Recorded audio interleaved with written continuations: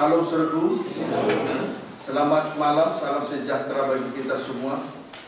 Oleh karena kemurahan hati Tuhan, kita dimungkinkan untuk melangsungkan ibadah, yaitu memperingati hari kenaikan Yesus Kristus 2018 tahun yang lalu. Tuhan memberi kesempatan pada tahun ini, itu adalah suatu kemurahan bagi kita, supaya di mana nanti Dia berada, kita pun di situ berada. Tuhan sedang menyediakan tempat bagi kita sekaliannya. Sesudah Dia menyediakannya, Dia akan kembali untuk menjemput kita kembali. Puji Tuhan, saya juga menyapa anak-anak Tuhan, umat Tuhan, hamba Tuhan yang juga sedang mengikuti pemberitaan firman lewat live streaming atau video internet di dalam ataupun di luar negeri. Kiranya Tuhan memberkati kita sekaliannya. Puji Tuhan, segera kita memperhatikan firman untuk ibadah kenaikan Yesus Kristus ke surga. Baik, terlebih dahulu saya dengan segala kerendahan hati memohon supaya kita sekaliannya seberapa saja yang ada malam ini, dengan segala doa dan permohonan kita naikkan kepada Tuhan, disertai dengan kerendahan hati untuk supaya kiranya Tuhan membukakan rahasia firman-Nya, supaya nanti tergenapi firman-Nya dalam kehidupan kita, sehingga apa yang dialami oleh Yesus Kristus itu juga menjadi pengalaman kita. Sesudah Dia mati, hari ketiga Dia bangkit, kemudian 40 hari kemudian Dia naik ke surga. Itu juga kiranya menjadi bagian kehidupan kita pribadi lepas pribadi, sehingga pengiringan kita kepada Tuhan tidak menjadi sia-sia. Ibadah yang kita ikuti dalam penggembalaan GPT Betania ini mengandung kuasa, baik untuk masa sekarang maupun masa yang akan datang. Puji Tuhan, kita berdoa bersama-sama. Amin, saudaraku. Kita rindukan kemurahan Tuhan untuk menolong kita lewat pembukaan firman. Pertama-tama saya harus menyampaikan, pribadi Yesus seutuhnya diceritakan di dalam Injil. Pribadi Yesus Kristus seutuhnya diceritakan di dalam Injil. Puji Tuhan. Tetapi yang menulis kisah tentang kenaikan Yesus Kristus hanyalah Injil Markus dan Injil Lukas. Saya ulangi, kisah tentang pribadi Yesus seutuhnya ditulis di dalam Injil. Tetapi yang menulis kisah tentang kenaikan Yesus Kristus hanyalah Injil Markus dan Injil Lukas. Kita perhatikan dulu itu Injil Markus 16 ayat 19.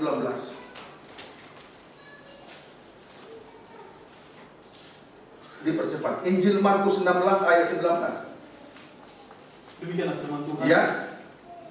Sesudah Tuhan Yesus berbicara demikian kepada mereka, Ya. terangkatlah Ia ke surga, lalu duduk di sebelah kanan Allah. Puji Tuhan. Kemudian Injil Lukas pasal 24 ayat 50 sampai 53.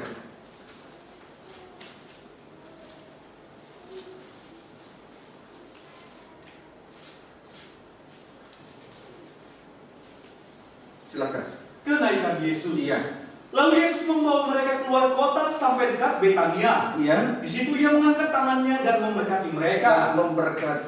Terus. Dan ketika Ia sedang memberkati mereka, Iya. Ia berpisah dari mereka dan berangkat ke sorga. Terus. Mereka sujud menyembah kepadanya. Iya. Lalu mereka pulang ke Yerusalem dengan sangat bersukacita. Terus. Mereka senantiasa berada di dalam bait Allah dan memuliakan Allah. Puji Tuhan. Jadi yang menceritakan, tetapi yang menulis kisah tentang kenaikan Yesus Kristus hanyalah Injil Markus dan Injil Lukas. Tadi dua ayat itu kita sudah baca. Tidak perlu saya terangkan. Inti daripada ayat yang kita baca itu adalah Yesus naik, terangkat ke surga. Puji Tuhan. Sedangkan Injil Matius dan Injil Yohanes tidak menuliskan kisah tentang kenaikan Yesus Kristus. Sedangkan Injil Matius dan Injil Yohanes tidak menuliskan kisah tentang kenaikan Yesus Kristus ke surga. Namun di balik semua ini, Tuhan tentu punya maksud yang baik untuk segera kita ketahui. Amin, saudaraku. Di balik ini semua tentu Tuhan punya maksud yang baik untuk segera kita ketahui. Mari kita selidiki. Terlebih dahulu kita mengenal Injil tersebut, ya. Terlebih dahulu kita mengenal Injil. Injil berarti pertama, Injil Matius menggambarkan kewibawaan dan keagungan Yesus sebagai Raja. Injil Matius, adapun Injil itu antara lain Injil Matius menggambarkan kewibawaan dan keagungan Yesus sebagai Raja. Itu dapat dilihat dari ciri penulisan dari Injil Matius yang diawali dengan silsilah Yesus sebagai anak Daud, anak Abraham. Silsilah ini menunjukkan bahwa Yesus adalah Raja. Amin. Puji Tuhan. Strip yang kedua, Injil Markus menggambarkan kebangkitan Yesus sebagai hamba.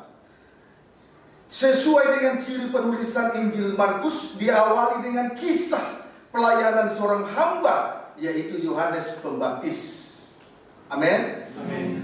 Injil Lukas, strip yang ketiga, Injil Lukas menggambarkan sengsara Yesus sebagai manusia. Sesuai dengan ciri penulisan Injil Lukas, di dalamnya banyak kisah manusia dengan sengsara yang dialaminya.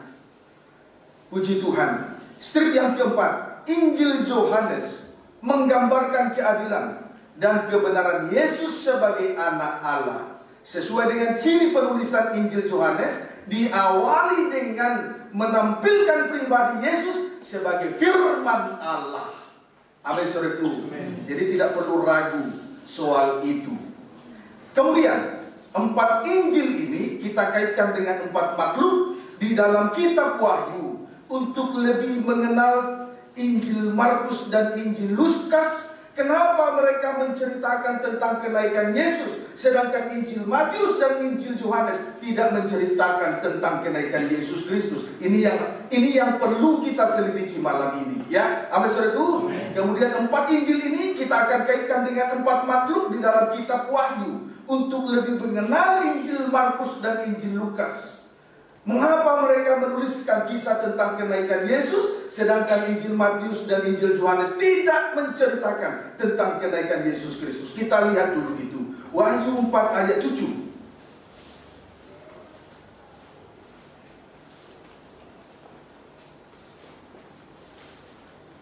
Wahyu 4 ayat yang ke-7. Silakan. Demikian firman Tuhan. Ya. Ke-24 tua-tua dan keempat binatang. Ya, 4 binatang. Maksudnya 4 makhluk. Baca itu langsung. Adapun makhluk yang pertama sama seperti singa. Adapun makhluk yang pertama sama seperti singa. Ada 4 makhluk terus. Dan makhluk yang kedua sama seperti anak lembu. Makhluk yang kedua seperti anak lembu. Terus. Dan makhluk yang ketiga mempunyai muka seperti muka manusia. Makhluk yang ketiga sama seperti muka manusia. Terus. Dan makhluk yang keempat sama seperti burung nasar yang sedang terbang. Makhluk yang keempat sama seperti burung nasar yang sedang terbang. Saudaraku, di sini kita lihat ada 4 makhluk. Makhluk yang pertama sama seperti singa. Makhluk yang kedua sama seperti anak lembu.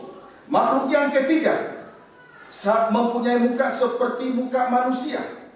Strip yang keempat, makhluk yang keempat sama seperti burung nasar yang sedang terbang. Puji Tuhan. Sekarang kita kaitkan 4 Injil dengan 4 makhluk. Kita sudah melihat 4 makhluk dengan keadaannya. Sekarang kita kaitkan, ya, 4 Injil tadi dengan 4 makhluk supaya nanti kita bisa mengerti kenapa Injil Markus dan Injil Lukas menuliskan tentang kenaikan Yesus Kristus ke surga, sedangkan Injil Matius dan Yohanes tidak. Puji Tuhan. Sekarang kita kaitkan antara 4 Injil dengan 4 makhluk. Strip pertama, Injil Matius menunjuk kepada makhluk yang pertama. Injil Matius menunjuk kepada makhluk yang pertama, sama seperti singa, menggambarkan bahwa Yesus adalah Raja, sebab dia adalah singa dari suku Yehuda. Dia adalah tunas Daud, singa dari suku Yehuda. Jadi kalau menceritakan Injil Matius diawali dengan menceritakan silsilah Yesus, anak Daud, anak Abraham. Berarti Yesus Raja. Dialah singa dari suku Yehuda. Amin, saudaraku?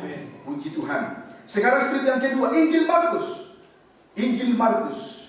Kita kaitkan ya dengan 4 makhluk. Injil Markus menuju kepada makhluk yang kedua. Sama seperti anak lembu. Sama seperti anak lembu. Menggambarkan kebangkitan Yesus sebagai hamba.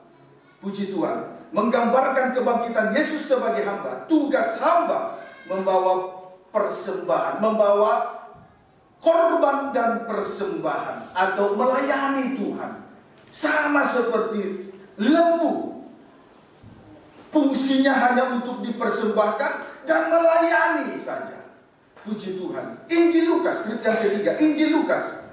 Ya, kalau dikaitkan dengan 4 makhluk, itu menuju kepada makhluk yang ketiga. Sama seperti muka manusia. Sama seperti muka manusia. Menggambarkan sengsara yang dialami Yesus sebagai manusia. Sebagai manusia, Yesus banyak menanggung penderitaan. Amin, saudaraku. Puji Tuhan. Kemudian strip yang keempat, Injil Yohanes. Kalau dikaitkan dengan 4 makhluk, itu menuju kepada makhluk yang keempat. Sama seperti burung nasar yang sedang terbang. Menggambarkan keadilan dan kebenaran Yesus sebagai anak Allah. Pendeknya, Injil Matius, Yesus sebagai raja. Sekarang dia duduk di atas tahtanya. Itu sebabnya dia tidak perlu menceritakan tentang kenaikan Yesus Kristus. Kemudian sebagai anak Allah, bagaikan burung nasar yang sedang terbang, yang sedang terbang di udara. Sekarang dia duduk di sebelah kanan Allah Bapa. Sebagai anak, dia duduk di sebelah kanan Allah Bapa. Itu sebabnya Injil Yohanes tidak perlu menceritakan tentang kenaikan Yesus Kristus ke surga. Amin, saudaraku. Amin, saudaraku. Puji Tuhan. Tadi Injil Matius, Yesus Raja. Dia sedang duduk di atas tahtanya. Itu sebabnya Injil Matius tidak perlu menceritakan tentang kenaikan Yesus. Dia Raja. Sedangkan Injil Yohanes, Yesus menggambarkan keadilan kebenaran Yesus sebagai anak Allah. Dia sama seperti burung nasar yang sedang terbang. Dia adalah anak Allah yang duduk di sebelah kanan Allah Bapa sekarang. Itu sebabnya Injil Yohanes tidak perlu menceritakan tentang kenaikan Yesus Kristus ke surga. Amin, saudaraku. Puji Tuhan. Haleluya. Kiranya dapat dipahami dengan baik. Kesimpulannya, Injil Markus dan Injil Lukas menceritakan tentang kenaikan Yesus Kristus. Itu adalah tanda perhatian khusus kepada seorang hamba yang sedang bekerja untuk Tuhan, melayani Tuhan. Kemudian perhatian khusus bagi mereka atau umat Tuhan yang sedang mengalami sengsara karena salib. Injil Lukas. Injil Markus, perhatian khusus kepada seorang hamba yang sedang bekerja untuk melayani Tuhan.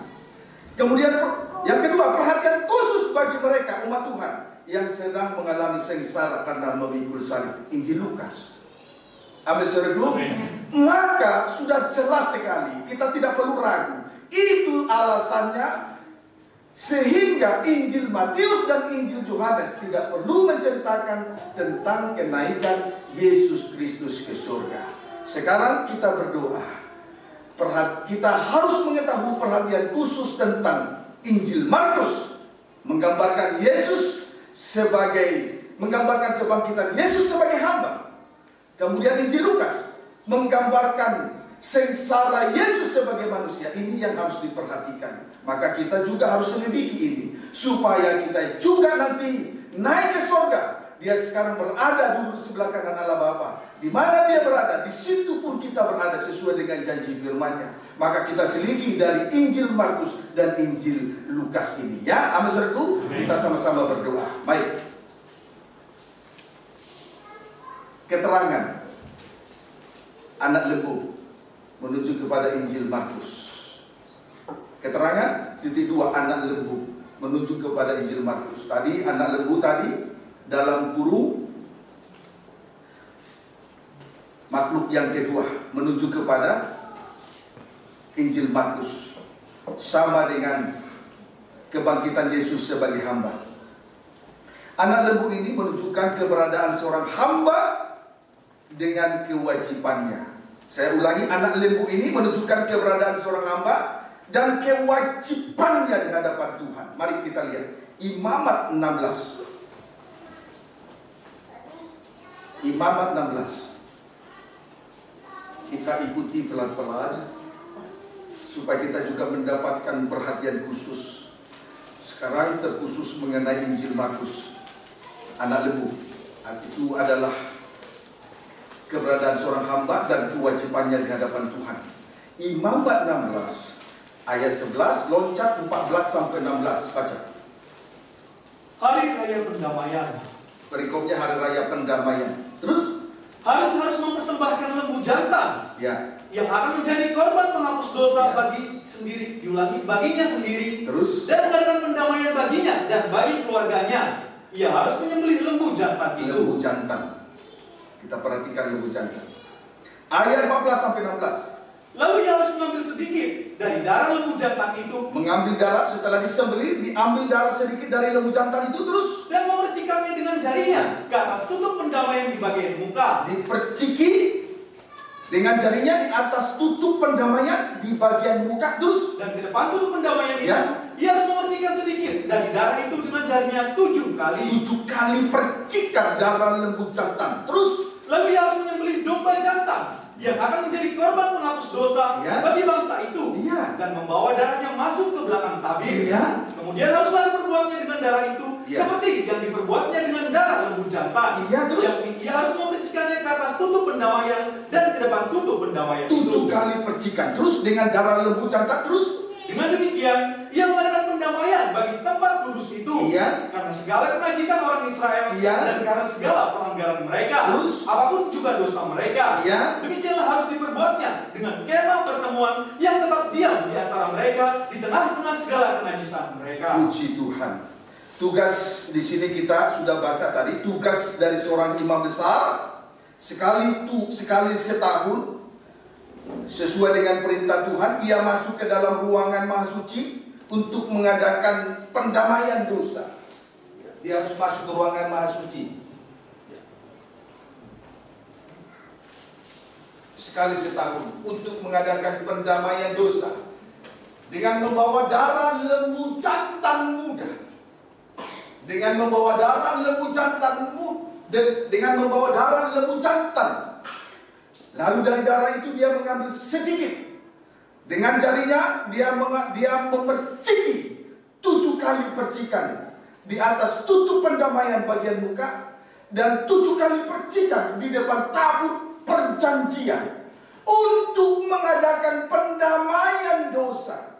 Untuk mengadakan pendamaian dosa bagi tempat kudus. Pendamaian dosa bagi tempat kudus karena segala kenajisan orang Israel dan karena segala pelanggaran mereka, apapun juga dosa mereka. Nah, itulah tugas dan kewajiban dari seorang hamba untuk mengadakan pendamaian dosa. Itulah lembu jantan tadi. Amin, saudaraku. Puji Tuhan. Kita lihat dulu tabut perjanjian tadi. Tabut perjanjian tadi. Di sini agak pecah ya. Saya mau banyak bekerja memperbaiki segala sesuatu. Di sini ada 7 kali percikan di depan. Ini ada 7 kali, 1, 2, 3, 4, 5, 6, 7. 7 kali percikan di atas tutup pendamaian dan 7 kali percikan di depan tabut perjanjian ini untuk mengadakan pendamaian terhadap dosa oleh darah lembu. Karena dosa, kenajisan, dan dosa apapun. Nah, itulah tugas seorang hamba untuk mengadakan pendamaian dosa. Ya, amin, saudaraku. Puji Tuhan. Kemudian 2 Korintus 5 ayat 18 ayat 19. Tadi dengan demikian ia mengadakan pendamaian bagi tempat kudus karena kenajisan dan pelanggaran umat Israel dan oleh karena dosa apapun. 2 Korintus 5 ayat 18.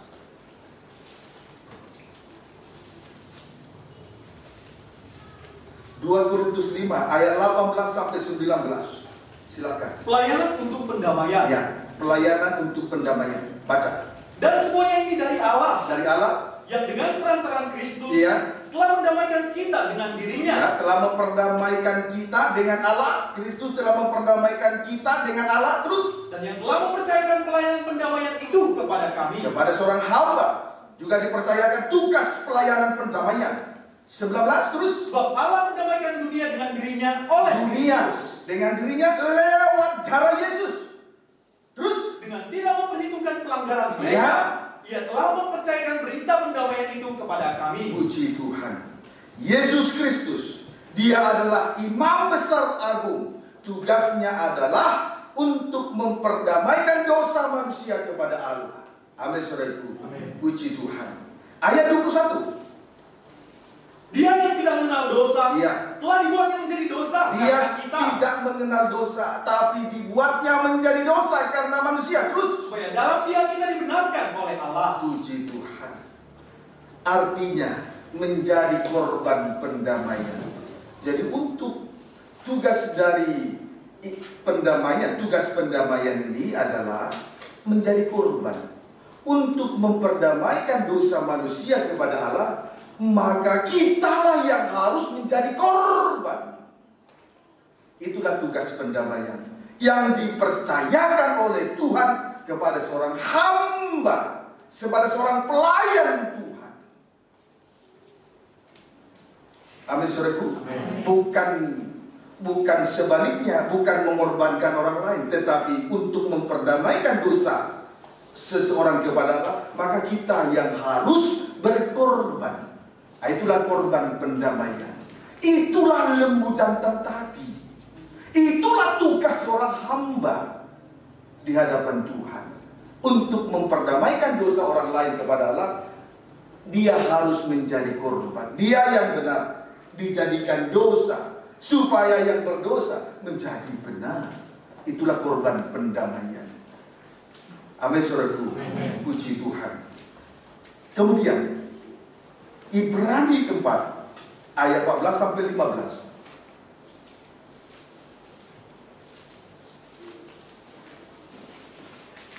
Ibrani 4 ayat 14 sampai 15. Baca. Yesus sebagai imam besar. Ya.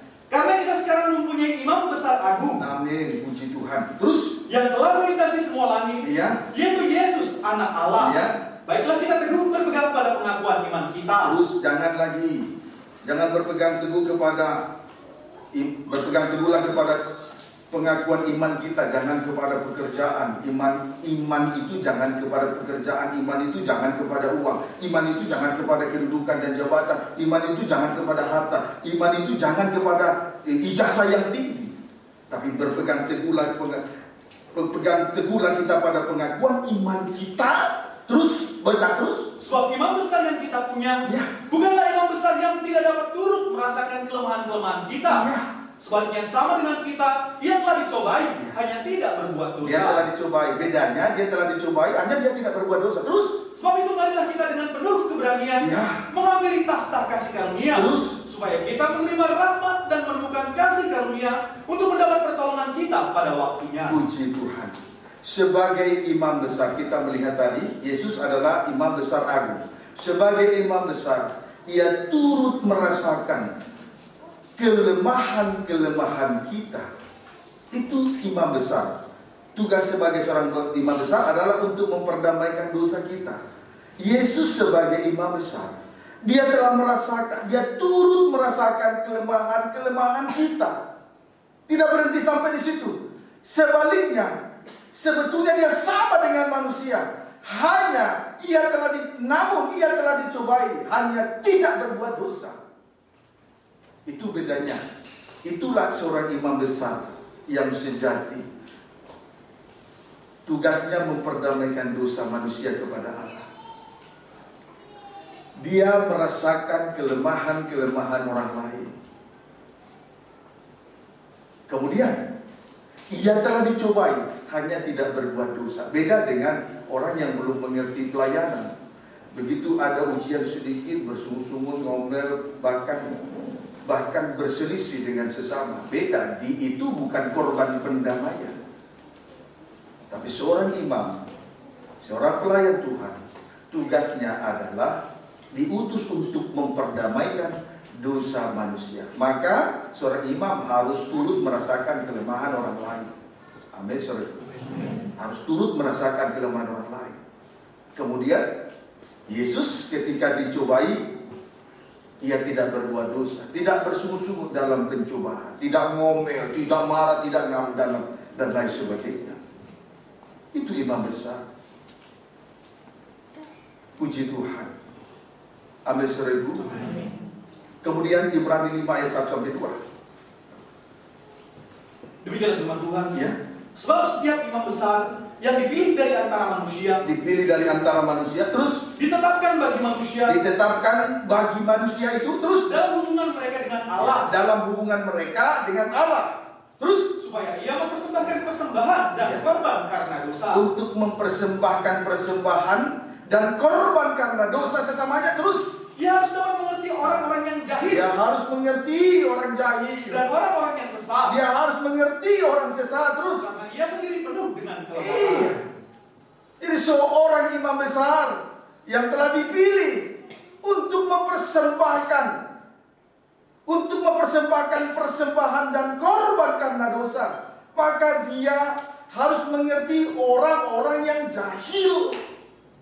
Orang jahil adalah orang yang berbuat seenaknya dewe, seenaknya sendiri, tidak peduli dengan orang lain. Yang penting puas hatinya. Itu orang jahil. Kemudian dia mengerti juga orang-orang sesat. Orang sesat, kenapa seseorang menjadi sesat? Karena dia mengambil jalannya sendiri. Seperti satu domba tersesat di padang gurun, sementara 99 tinggal di atas gunung penggembalaan. Kenapa satu ini sesat? Karena dia mengambil jalannya sendiri, tidak tergembala, liar, tidak tergembala. Tetapi itu pun seorang imam besar, dia harus mengerti orang-orang yang sesat. Amin, saudaraku. Puji Tuhan. Kiranya dapat dipahami. Jadi salah kaprahlah kalau seorang imam hanya untuk tampil-tampil di depan muka sidang jemaat, unjuk gigi atau unjuk kebolehan dengan kemampuan potensi yang dia miliki. Salah kaprah, keliru dia. Bukan sebatas itu pelayan Tuhan, tetapi harus diutus untuk menjadi korban pendamaian, merasakan kelemahan orang lain, merasakan penderitaan orang lain, mengerti orang jahil, mengerti orang sesat. Amin, saudaraku. Ada rasa peduli, tidak cuek, tidak acuh tak acuh. Itu sikap manusia duniawi di luar sana, tidak mengerti ibadah dan pelayanan. Kiranya dapat dipahami dengan baik. Lanjut, Ibrani 7 ayat 24 sampai 25. Demikianlah firman Tuhan. Ya, silakan. Tetapi karena ia tetap selama-lamanya, imamatnya tidak dapat beralih kepada orang lain. Imamatnya tidak dapat beralih kepada orang lain. Terus kita akan tahu kenapa bisa. Terus karena itu ia sanggup juga menyelamatkan dengan sempurna semua orang yang oleh dia datang kepada Allah.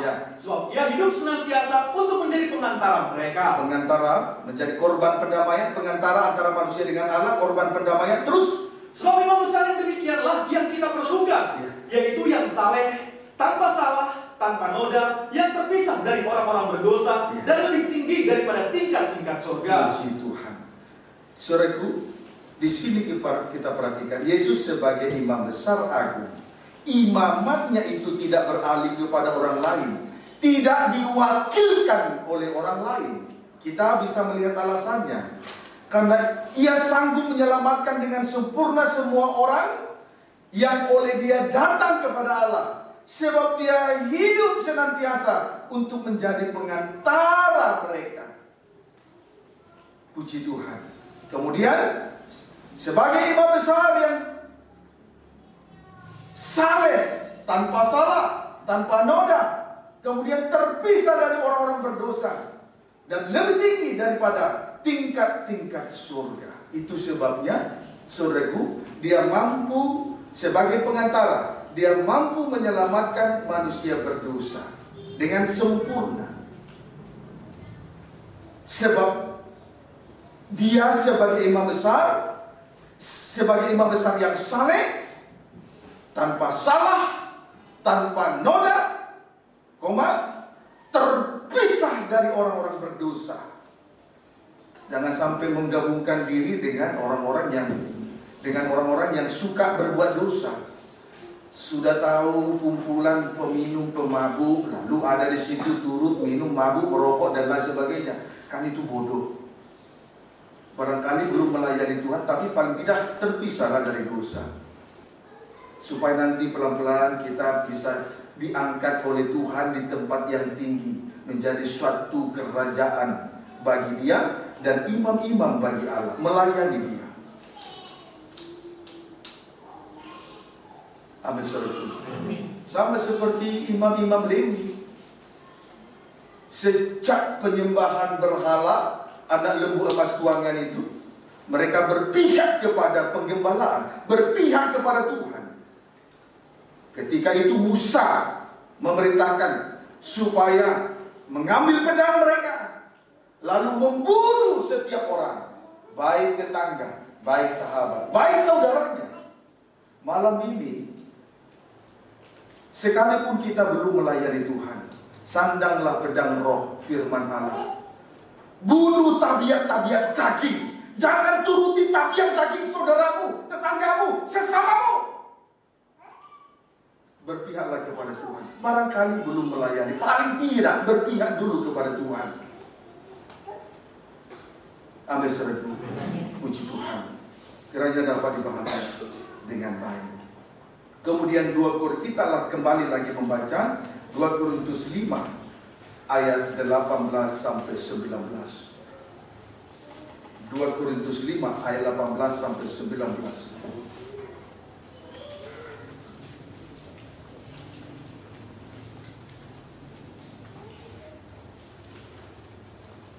Silakan. Demikian firman Tuhan. Dan semuanya ini dari Allah, Ya. yang dengan perantaraan Kristus Ya. telah mendamaikan kita dengan dirinya, Ya. dan yang telah mempercayakan pelayanan pendamaian itu kepada kami. Terus. Sebab Allah mendamaikan dunia dengan dirinya oleh Kristus, dengan tidak memperhitungkan pelanggaran mereka. Ia telah mempercayakan berita pendamaian itu kepada kami. Iya. Kepada seorang utusan dipercayakan untuk membawa berita pendamaian. Dimanapun kita diutus, bawalah berita pendamaian. Jadilah pengantara antara manusia dengan Allah. Berarti menjadi korban pendamaian, menjadi korban untuk memperdamaikan dosa sesama. Dimanapun kita diutus, bawalah berita pendamaian itu. Ya, amin saudaraku. Berdamailah dengan Allah supaya kita dipercayakan untuk membawa berita pendamaian dimanapun kita diutus. Amin saudaraku. Kemudian kembali kita membaca Ibrani 5 ayat 1.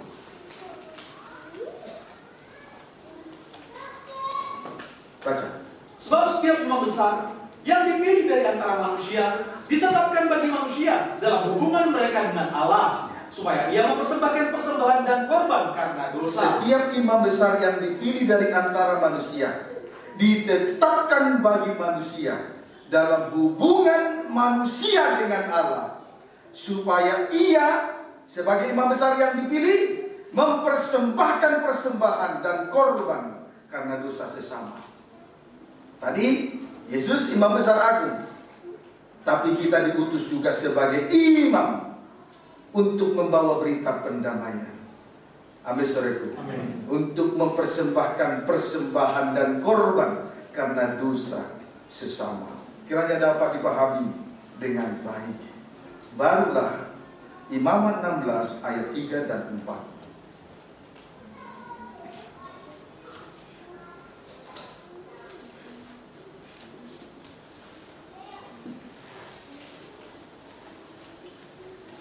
Imamat 16 ayat 3 dan 4. Boleh baca perikop kembali. Hari Raya Pendamaian. Hari Raya Pendamaian. Ada 7 hari raya. Hari raya pendamaian ini adalah hari raya yang ke-6.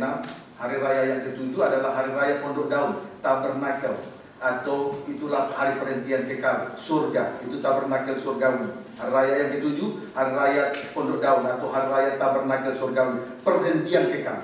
Sedangkan hari raya pendamaian itu hari raya yang ke-6. Jadi berdamai dulu untuk masuk pada hari perhentian kekal, hari raya yang ke-7, Pondok Daun atau tabernakel surgawi, perhentian kekal.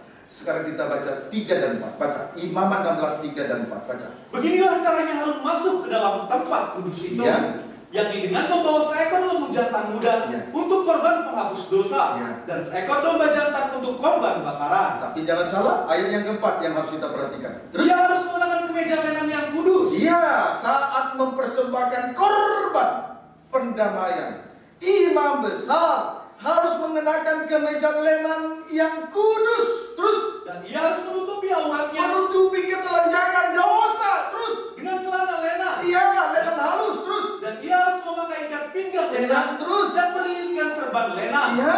Itulah pakaian kudus yang harus dikenakannya. Serban lenan. Terus, sesudah ia membasuh tubuhnya dengan air. Puji Tuhan. Jadi seorang imam besar ketika membawa darah lembu jantan dan darah domba jantan sebagai korban bakaran, sebagai korban pendamaian, maka ia harus mengenakan kemeja lenan yang kudus dengan ikat pinggang lenan serta serban lenan, semua serba lenan halus. Ini ada artinya. Jadi saat memperdamaikan dosa, seorang imam besar harus mengenakan kemeja lenan, memakai ikat pinggang dari lenan, berlilitkan serban lenan. Puji Tuhan, itulah pakaian kudus yang harus dikenakannya. Jadi tidak boleh terlihat cacat celah atau ketelanjangan yang dosa yang memalukan itu. Kita lihat dulu tentang lenan halus ya, lebih rinci. Pakaian imam besar itu bisa kita temukan di dalam Keluaran pasal 28. Ya. Terdiri dari 3 jenis, 3 bagian. Boleh kita baca, bolehlah kita baca. Sebetulnya tidak ada rencana untuk membaca, tapi supaya mengerti. Kita lihat pakaian imam besar. Tadi tugas imam besar untuk memperdamaikan dosa, menjadi korban pendamaian. Untuk memperdamaikan dosa dia harus korban. Keluaran 28, baca dulu perikopnya. Mengenai pakaian imam, terdiri 3 jenis. Yang pertama, Keluaran pasal 28 ayat 6. Baju efod itu harus dibuat mereka dari emas, kain ungu tua dan kain ungu muda, kain kirgisi dan lenan halus yang dipintal benangnya buatan seorang ahli. Ya. Kemudian yang kedua, gamis baju efod. Tadi baju efod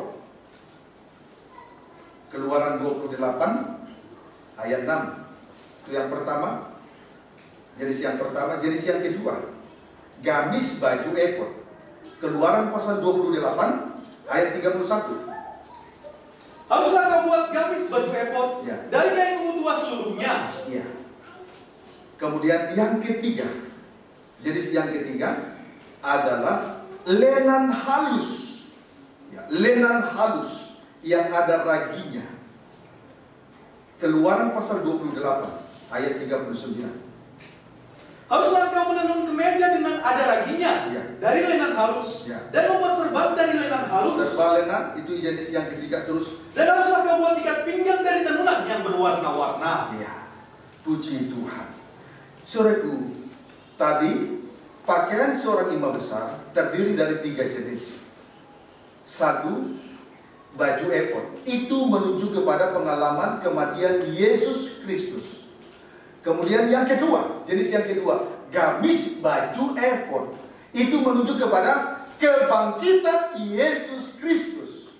Kemudian yang ketiga, lenan halus.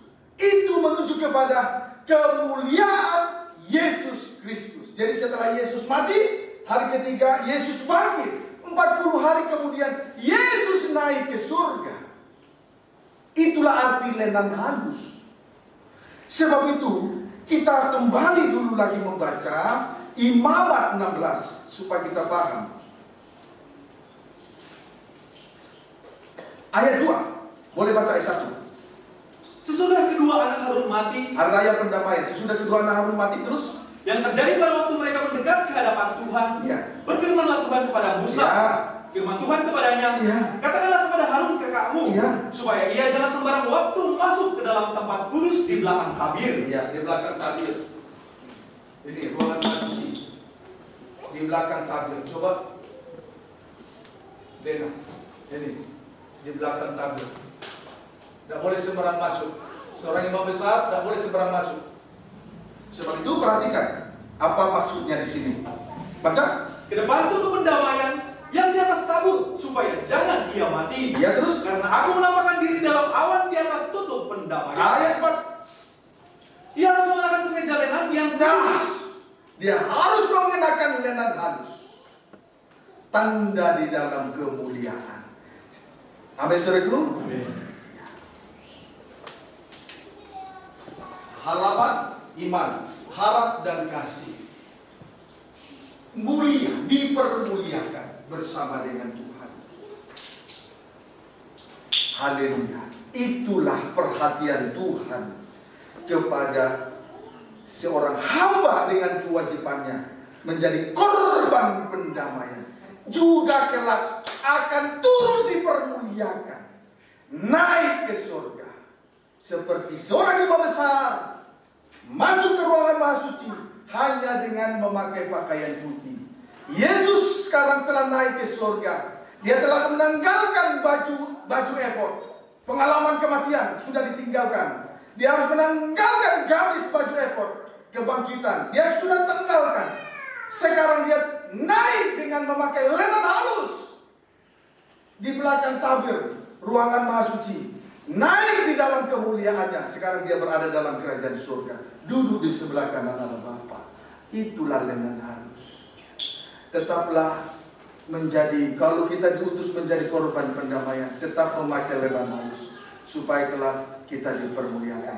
Itulah perhatian Tuhan terkhusus kepada hamba dengan kewajibannya di hadapan Tuhan. Amin, saudaraku.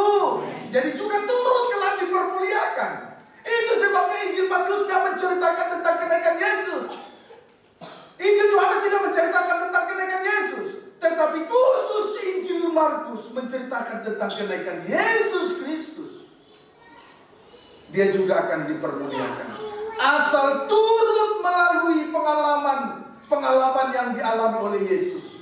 Yesus mati di kayu salib, hari ketiga bangkit. 40 hari kemudian dia naik dipermuliakan. Seperti seorang imam besar yang telah mengadakan pendamaian dosa hanya dengan memakai pakaian lenan halus. Amin, saudaraku. Ayo sungguh-sungguh saja melayani Tuhan. Tetaplah memakai pakaian lenan halus. Nanti turut dipermuliakan. Dia ada di surga, kita juga nanti ada di surga. Itu. Maka kalau sidang jemaat tidak mengerti ibadah apalagi melayani, sungguh itu adalah suatu kerugian bagi dirinya sebetulnya. Maka yang sudah ibadah tingkatkan sampai kepada pelayanan. Banyak orang Kristen tidak mengerti ibadah, apalagi seorang pelayan tidak mengerti. Untuk mencari korban pendamaian tidak mengerti. Tetapi malam ini perhatian khusus kepada seorang hamba supaya kita tetap membawa berita pendamaian. Kelak nanti kita turut dipermuliakan. Yesus naik, kita juga naik. Amin, saudaraku. Perhatian khusus kepada hamba dengan kewajibannya tadi. Sekarang keterangan.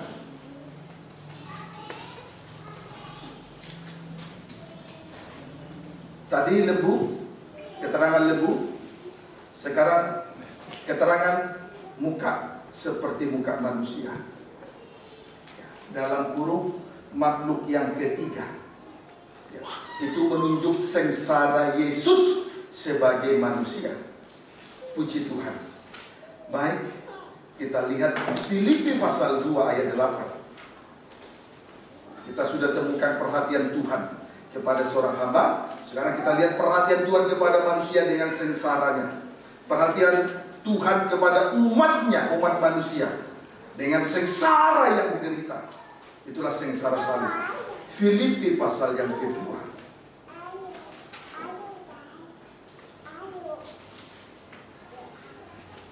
Ayat yang ke-8, baca. Demikianlah firman Tuhan. Ya. Dan dalam keadaan sebagai manusia. Dalam keadaan, bolehlah baca dulu ayat 6 ya. Nanti yang kita perhatikan di sini adalah ayat 8. Bolehlah baca ayat 6. Baca. Yang walaupun dalam rupa Allah, tidak menganggap kesetaraan dengan Allah itu sebagai milik yang harus dipertahankan. Sebetulnya Yesus adalah Allah yang menjadi manusia. Terus? Melainkan telah mengosongkan dirinya sendiri. Saat dia melepaskan itu, dia mengosongkan dirinya. Terus? Dan mengambil rupa seorang hamba. Dia mengambil rupa sebagai seorang hamba. Terus? Dan menjadi sama dengan manusia. Menjadi manusia. Kemudian kita lihat keadaannya sebagai manusia. Ayat 8. Dan dalam keadaan sebagai manusia. Keadaan sebagai manusia. Terus? Dia telah merendahkan dirinya. Dia telah merendahkan dirinya. Taat sampai mati. Sampai mati di kayu salib. Perhatikan di sini. Keadaan Yesus sebagai manusia. Ia telah merendahkan dirinya, bahkan taat sampai mati, bahkan sampai mati di atas kayu salib. Itulah keadaan manusia. Keadaan Yesus sebagai manusia, betul-betul menanggung banyak sengsara karena salib, menanggung aniaya karena firman, bukan karena dosa, bukan karena pukulan, yaitu dosa. Amin, saudaraku. Itulah keadaan Yesus sebagai manusia, banyak menanggung penderitaan. Banyak menanggung penderitaan. Maka bagi orang Kristen, salib bagi orang Kristen tidak asing sebetulnya. Tetapi di hari-hari terakhir ini, di hari-hari menjelang kedatangan Tuhan ini, salib bagi orang Kristen sepertinya masih asing. Sepertinya masih asing. Saya perhatikan begitu. Bagi orang Kristen sepertinya salib ini masih aneh. Ketika dia harus memikul salib, bagi dia itu sangat membuat dia menderita. Sampai akhirnya merasa harga dirinya dipreteli. Sepertinya egosentrisnya dihancurkan. Harga dirinya disingkirkan, sepertinya begitu. Ketika dia pikul salib, merendahkan diri, banyak orang Kristen gak mengerti soal ini. Seharusnya kalau dia Kristen, berarti dia pengikut Kristus. Siapa Kristus? Pribadi yang disalibkan. Tapi aneh, mengaku Kristen, tapi asing bagi dirinya, salib asing, aneh. Sehingga tidak masuk akal. Dimanapun kita berada, saliblah yang harus kita pikul kalau disebut sebagai orang Kristen. Itulah yang disebut sengsara manusia karena salib, aniaya manusia karena firman, bukan karena pukulan, bukan karena penjahat. Amin, saudaraku. Puji Tuhan. Baik, kita lanjut.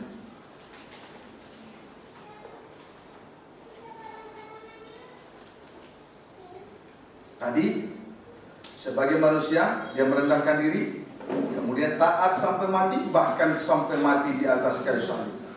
Kita lihat pribadi seorang yang taat ya, dalam Kejadian, satu kisah di dalam Kejadian 22 ayat 1 sampai 3.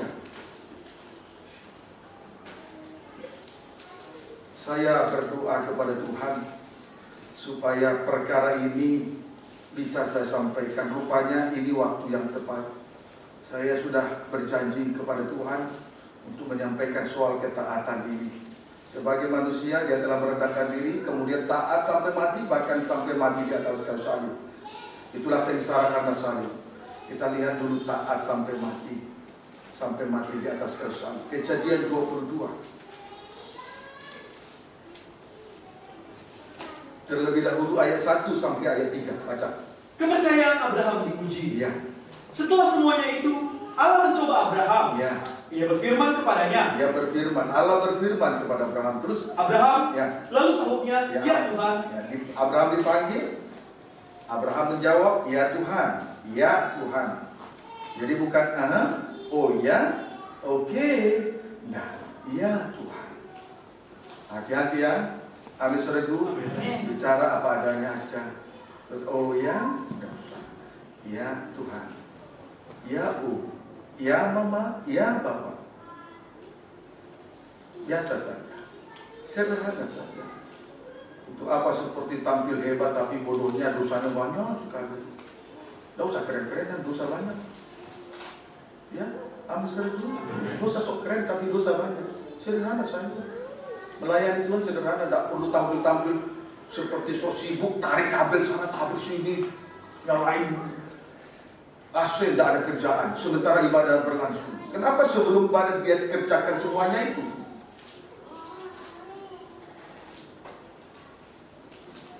Tidak paham soal pelayanan, apalagi korban pendamaian, tidak ngerti. Ya, sahut Abraham, ya Tuhan. Terus firman-Nya, ya, ambillah anakmu yang tunggal itu, ya, yang kau kasihi, ya, yang Ishak, ya, pergilah ke tanah Moria, ya, dan persembahkanlah dia di sana sebagai korban bakaran. terus, Pada salah satu gunung yang akan kukatakan kepadamu. ya, Keesokan harinya pagi-pagi bangunlah Abraham. ya, Ia memasang pelana keledainya dan memanggil 2 orang bujangnya beserta Ishak anaknya. ya. Ia ambil juga kayu untuk korban bakaran itu. Lalu berangkatlah ia dan pergi ke tempat yang dikatakan Allah kepadanya. Puji Tuhan.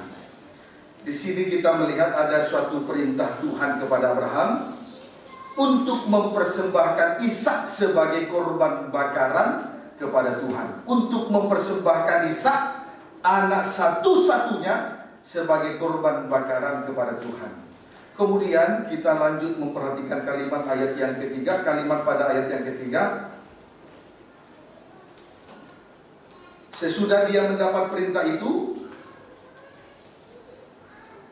pada ayat yang ketiga, Abraham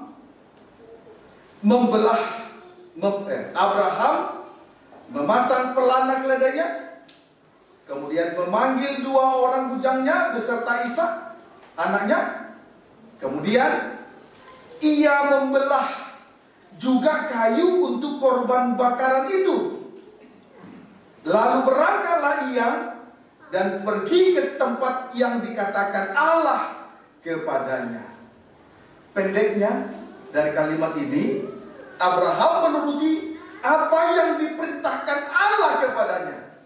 Tepat seperti pada saat ia menjawab Allah dan berkata, "Ya Tuhan."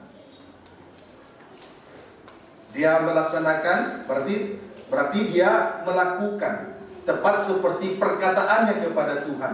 "Ya Tuhan." Amin, saudara itu.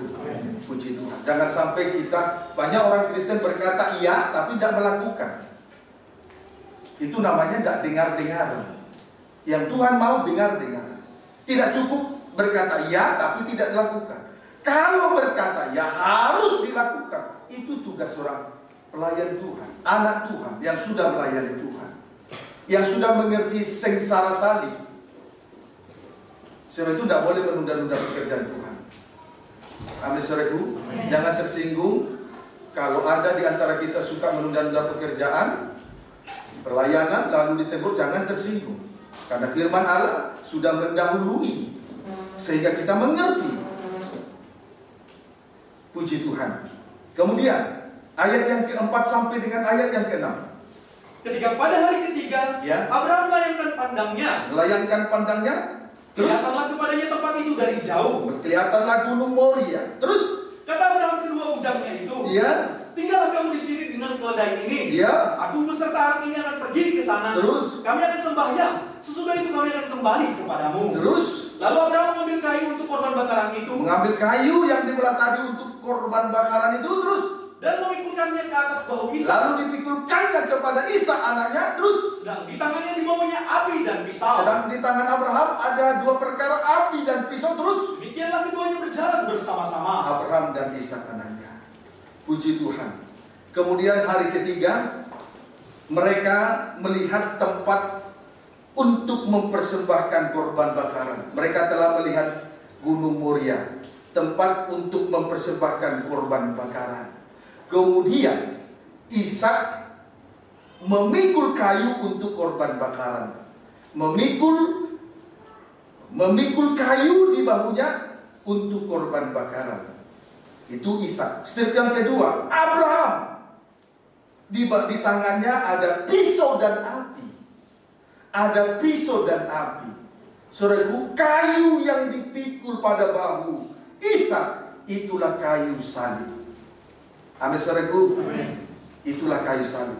Sebagai anak, dia Dia telah memikul salib seperti yang telah dilukiskan dalam Filipi, yang telah dituliskan dalam Filipi pasal 2 ayat 8. Sebagai manusia, dia telah merendahkan dirinya, bahkan taat sampai mati, bahkan sampai mati di atas kayu salib. Sementara di tangan Abraham ada dua perkara, pisau dan api. Pisau itulah firman Allah, sedangkan api itulah roh Allah yang bernyala-nyala. Sedangkan kayu salib yang dipikul Ishak anak Abraham itulah kasih Allah. Kasih Allah yang terbesar adalah ketika Allah mengorbankan anaknya yang tunggal. Puji Tuhan, kiranya dapat dipahami dengan baik. Kemudian di sini kita akan melihat suatu hal yang sangat menarik, yang rindu untuk saya sampaikan. Ini janji saya kepada Tuhan. Ayat 7, soal taat sampai mati. Ayat 7 baca. Lalu berkatalah Ishak kepada Abraham. Lalu berkata Ishak kepada Abraham bapaknya. Terus Bapak, Saud Abraham, ya anakku. Ya anakku. Bertanyalah Ishak. Di sini sudah ada api dan kayu. Di sini ada api, ada kayu. Terus, tetapi di manakah anak domba untuk korban bakaran itu? Iya. Saudaraku, di sini ada suatu pertanyaan dari Ishak kepada Abraham. Bertanyalah ia. Di sini sudah ada api dan kayu untuk korban bakaran. Tetapi di manakah anak domba untuk korban bakaran itu? Itu suatu pertanyaan, tetapi membuat hati saya terharu. Karena dia tidak tahu bahwa nanti Abraham akan mempersembahkan dia sebagai korban.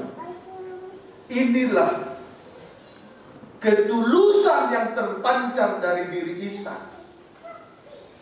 Dia taat memikul salib.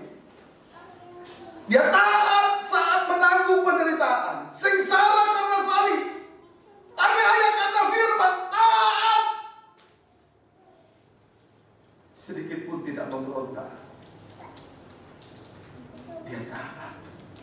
Apa bukti ketaatannya kepada Bapa? Ayat 8. Sahut Abraham, Ya. Allah yang akan menyediakan anak domba untuk korban bakaran baginya, anakku. Ya. Demikianlah keduanya berjalan bersama-sama. Ya.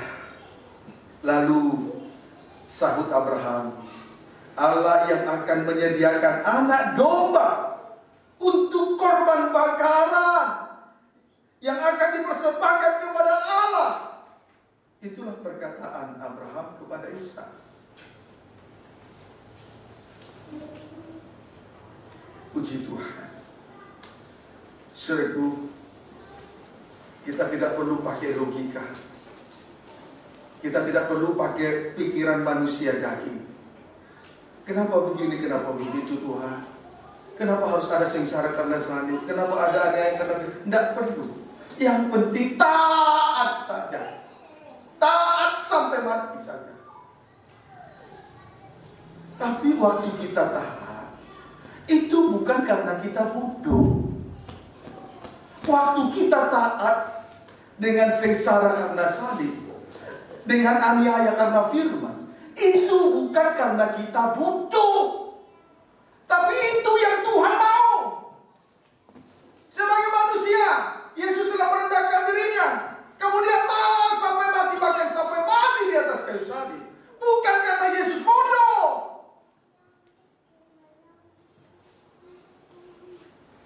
Amin, saudaraku. Bukan karena Yesus bodoh. Waktu pertanyaan ini datang, waktu Ishak bertanya kepada Abraham, saya hancur. Terima kasih Tuhan. Ternyata saya melayanimu bukan karena saya bodoh. Ada sengsara karena salib bukan karena saya bodoh. Kalau menurut ukuran dunia, orang benar tidak boleh dipersalahkan, harus benar. Tapi dalam Tuhan, taat sampai mati. Bahkan sampai mati di atas kayu salib. Harus taat dengan sengsara karena salib. Taat dengan aniaya karena firman. Bukan karena bodoh. Bukan. Puji Tuhan. Perhatikan baik-baik ya. Kita lihat dulu.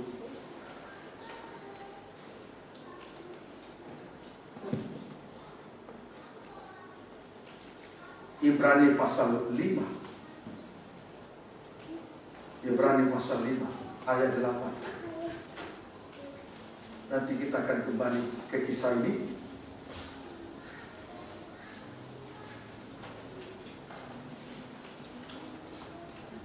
Ibrani pasal yang kelima. Kita belajar untuk memahami Tuhan ya, mengerti firman, mengerti rencananya. Ibrani pasal yang kelima, ayat yang ke-8. Baca. Demikianlah firman Tuhan. Ya. Dan sekalipun ia Boleh baca ayat 7, ayat 7 dulu. dalam hidupnya sebagai manusia. Ya, sebagai manusia. Boleh tulis ayat 7. Ibrani 5 ayat 7 sampai 8. Tadi sebagai manusia, sengsara sebagai manusia. Terus Ia telah mempersembahkan doa dan permohonan Iya. dengan ratap tangis dan keluhan kepada Dia, bukan karena dia bodoh. Terus yang sanggup menyelamatkannya dari maut. iya, Dan karena kesalahannya Ia Iya. telah didengarkan. doanya didengar. Ayat 8. Dan sekalipun Ia adalah anak, Dia anak sebagai manusia, dia anak Allah. Terus Ia telah belajar menjadi taat. Dia dari belajar apa yang telah diberitanya. menjadi taat dari apa yang telah diberitanya. Perhatikan baik-baik. Sekalipun ia adalah anak Allah, tetapi ia telah belajar menjadi taat dari apa yang telah dideritanya. Amin, saudaraku. Puji Tuhan. Kiranya dapat dipahami dengan baik. Taat sekalipun ia adalah anak Allah, ia telah belajar menjadi taat dari apa yang telah dideritanya. Puji Tuhan. Tidak bersungguh-sungguh, tidak maunya, tidak menggunakan pemikiran logika manusia daging. Tidak bertanya kenapa begini, kenapa begitu. Tidak, yang penting taat dari apa yang diderita. Belajar untuk menjadi taat dari apa yang diderita. Ayo mulai sekarang belajar. Tapi bukan karena kita bodoh. Amin, saudaraku. Belajar. Ayo, mulai sekarang. Belajar menjadi taat dari apa yang telah diderita. Ayo belajar. Tuhan sudah memberi contoh itu. Belajarlah, belajarlah, belajar. Belajar untuk menuntut ilmu bagus, tidak salah. Belajar untuk mengerti ini itu bagus. Tetapi ada yang lebih bagus dari semua perkara di bumi. Belajar menjadi taat dari apa yang dideritanya. Belajar untuk taat memikul salib. Sengsara karena salib. Menderita karena adanya firman. Taatlah di situ.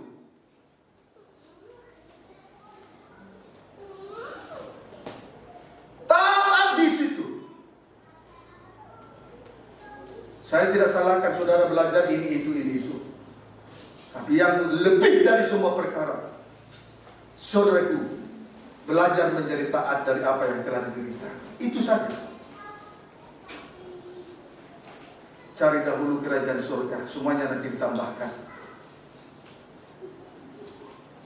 Puji Tuhan.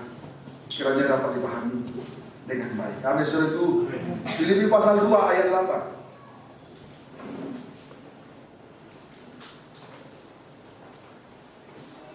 Oh, kita langsung saja Kejadian 22. Kejadian 22. Ayat 9. Demikianlah firman Tuhan. Boleh baca ayat 8. Sahut Abraham. Ayat 8 sampai dengan ayat 10 berarti. Kejadian 22 ayat 8 sampai 10. Baca. Sahut Abraham. Ya. Allah yang akan menyediakan anak domba untuk korban bakaran baginya, anakku. Ya. Demikianlah keduanya berjalan bersama-sama. Terus Sampailah mereka di tempat yang dikatakan Allah kepadanya. di Gunung Moria. Terus Lalu Abraham mendirikan mezbah di situ. mendirikan mezbah di situ. Disusunnyalah kayu. Disusunnyalah kayu. Baca yang rapi terus. Diikatnya Ishak anaknya itu. Ya, diikatnya Ishak anaknya itu. Terus. Dan diletakkannya di mezbah itu di atas kayu api. Terus. Sesudah itu Abraham mengulurkan tangannya. Mengulurkan tangannya terus. Lalu mengambil pisau untuk menyembelih anaknya. Ternyata yang dijadikan sebagai korban, ternyata yang menjadi korban bakaran, yang akan dipersembahkan sebagai korban bakaran kepada Allah adalah anaknya Ishak satu-satunya. Namun pada saat dua tangan dua kaki diikat, pada saat hendak Abraham hendak mengeksekusi, di sini kita melihat tidak ada sedikit pun perlawanan, tidak ada sedikit pun pemberontakan, tidak ada sedikit pun persungutan di dalam mulut, tidak ada sedikit pun menyalahkan si A si B, tidak ada salah menyalahkan salib, tidak menyalahkan Tuhan, tidak menyalahkan keadaan, kondisi, keadaan yang ada. Tetap berdiam, dia rela, tapi bukan karena dia bodoh. Dia tidak mau menggunakan logika pikiran manusia tadi. Yang terpenting adalah belajar untuk menjadi taat dari apa yang diderita. Yang terpenting itu. Saudara tidak salah menuntut ilmu setinggi apapun. Mau S1, S2 silakan. Saudara tidak salah memiliki kedudukan jabatan yang banyak, silakan. Saudara menjadi bisnismen, pengusaha terkenal, tidak salah. Saudara bebas belajar itu. Tetapi yang terpenting belajar untuk menjadi taat dari apa yang diderita. Tidak usah ngomel, tidak usah bersungut-sungut, tidak usah persalahkan keadaan, tidak usah salahkan situasi ini dan itu. Tapi saudaraku, belajar untuk menjadi taat dari apa yang diderita. Tapi bukan berarti juga Abraham akal-akalan kepada Ishak anaknya. Tidak. Dia mau juga dengar-dengaran. Kalau kita taat, orang lain dengar-dengaran kepada Tuhan. Tapi saudaraku, kalau kita taat, orang yang di sekitar kita dengar-dengaran. Orang lain tertolong juga kalau kita taat. Ayo, yang masih kurang taat ini, minta ampun malam ini kepada Tuhan. Yang masih menggunakan logika yang tinggi, perasaan manusia yang tinggi, minta maaf malam ini kepada Tuhan. Kiranya dapat dipahami dengan baik. Amin saudara. Lihatlah hasil dari ketaatan kepada Tuhan. Kejadian 22 ayat 11 sampai dengan ayat 14. Tetapi berserulah malaikat Tuhan dari langit kepadanya. Oh, haleluya. Terus Abraham. Terus Sahutnya, ya Tuhan. Ya Tuhan. Terus Lalu ia berfirman, janganlah bunuh anak itu. Jangan bunuh anak itu terus. Dan jangan kau apa-apakan dia. Jangan kau apa-apakan dia terus. Sebab telah ku ketahui sekarang bahwa engkau takut akan Allah, takut Tuhan, terus benci kejahatan, terus dan kau bilaskan segan untuk menyerahkan anakmu yang tunggal kepadaku. Tuhan nomor 1, baru semua yang ada di dunia ini, segala perkara dunia yang nomor 2. Terus lalu Abraham menoleh dan melihat seekor domba jantan di belakangnya, yang tanduknya tersangkut dalam luka. Terus Abraham mengambil domba itu lalu mengorbankannya sebagai korban bakaran pengganti anaknya. Terus dan Abraham namai tempat itu Tuhan menyediakan. Ya. Sebab itu sampai sekarang dikatakan orang, di atas gunung Tuhan akan disediakan. Yang terpenting taat, tidak usah bersungguh-sungguh. Di balik ketaatan itu nanti Tuhan sediakan segala sesuatu. Amin saudaraku. Yang terpenting taat, tidak usah bertanya kenapa begini, kenapa begitu. Lalu tidak usah bersungguh-sungguh, tidak usah berontak. Yang penting taat. Nanti di balik itu semua Tuhan sediakan segala sesuatu. Amin saudaraku. Jangan tanggung yang engkau tidak bisa tanggung. Jangan tanggung apa yang Tuhan sudah tanggung.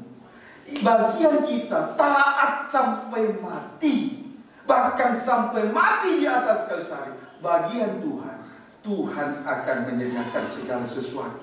Yang terpenting taat saja. Engkau belajar menjadi taat. Dagingmu sangat kuat sekali saja. Tidak dengar-dengar manusiamu.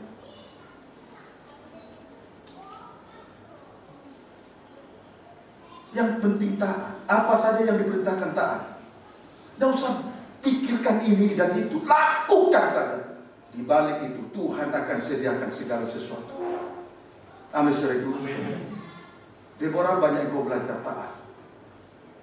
Supaya jangan ada akal-akalan, mengambil untung dengan cara akal-akalan. Yang terpenting taat. Sebagai seorang suami taat, sebagai seorang istri taat, sebagai seorang anak taat, sebagai Nanti Tuhan menyediakan segala sesuatu. Tuhan adalah Yehova Jireh, Allah yang menyediakan segala sesuatu. Di atas gunung Tuhan segalanya tersedia, sebab Dia adalah Yehova Jireh. Tabiatnya sesuai dengan namanya, Allah yang menyediakan. Puji Tuhan. Yang terpenting taat. Ayo belajar untuk menjadi taat dari apa yang diderita. Amin, saudaraku. Puji Tuhan. Kiranya dapat dipahami. Kemudian ukuran taat sampai di mana? Pertanyaannya, ukuran taat sampai di mana? Filipi pasal yang kedua.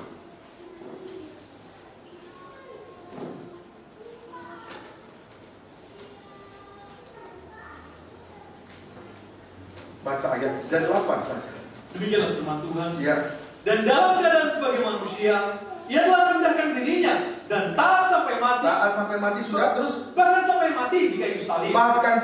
Taat sampai mati, bahkan sampai mati di atas kayu salib, sama dengan setia. Jadi ukuran ketaatan itu taat sampai mati, bahkan sampai mati di atas kayu salib, sama dengan setia.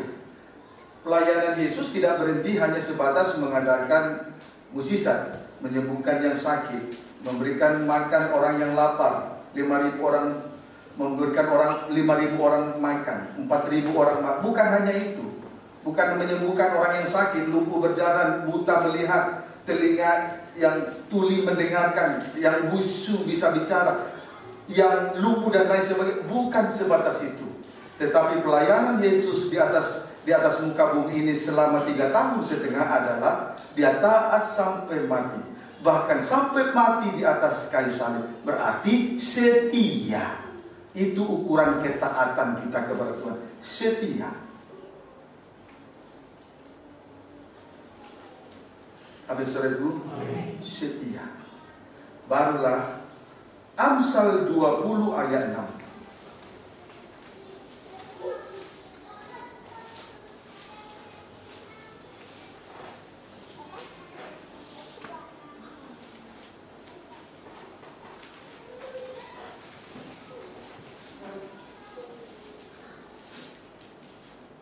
Amsal 20 ayat 6. Baca. Demikianlah firman Tuhan. Ya. Banyak orang boleh cek ayat 5 dulu. Rancangan di dalam hati manusia itu seperti air yang dalam. Terus? Tetapi orang yang pandai tahu menimbanya. Ya, terus. Banyak orang menyebut diri baik hati. Banyak orang menyebut diri baik hati. Banyak orang mengaku diri, mengklaim dirinya baik. Terus? Tetapi orang yang setia, siapa yang menemukannya? Banyak orang mengklaim dirinya baik, hanya karena berbuat baik, memberi ini dan itu kepada sesamanya. Tetapi orang yang setia, siapakah yang menemukannya? Sangat sukar sekali seseorang untuk menjadi setia. Tapi untuk berbuat baik, semua orang bisa, walaupun sukar. Sebab itu, ukuran ketaatan itu taat sampai mati, bahkan sampai mati di atas kayu salib, sama dengan setia. Itu yang Tuhan mau. Kalau kita setia sampai Tuhan datang pada kali yang kedua, inilah perhatian Tuhan kepada manusia dengan sengsara salib. Amin, saudaraku. Puji Tuhan. Kalau hamba dipermuliakan, naik ke surga. Kalau manusia dengan sengsara, aniaya karena firman, dia setia, dia masuk ke surga. Dia naik seperti Yesus naik ke surga.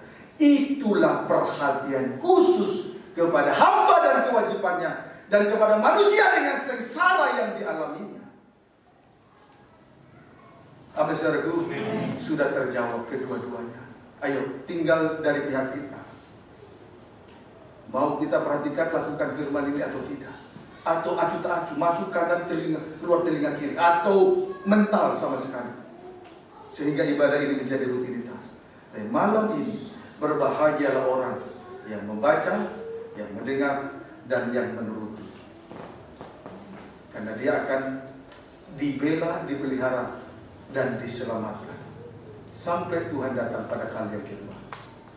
Seperti Tuhan memperhatikan seorang hamba dengan kewajibannya dan memperhatikan umatnya, manusia, dengan sengsara karena salib, aniaya karena firman. Tuhan Yesus memberkati kita semua.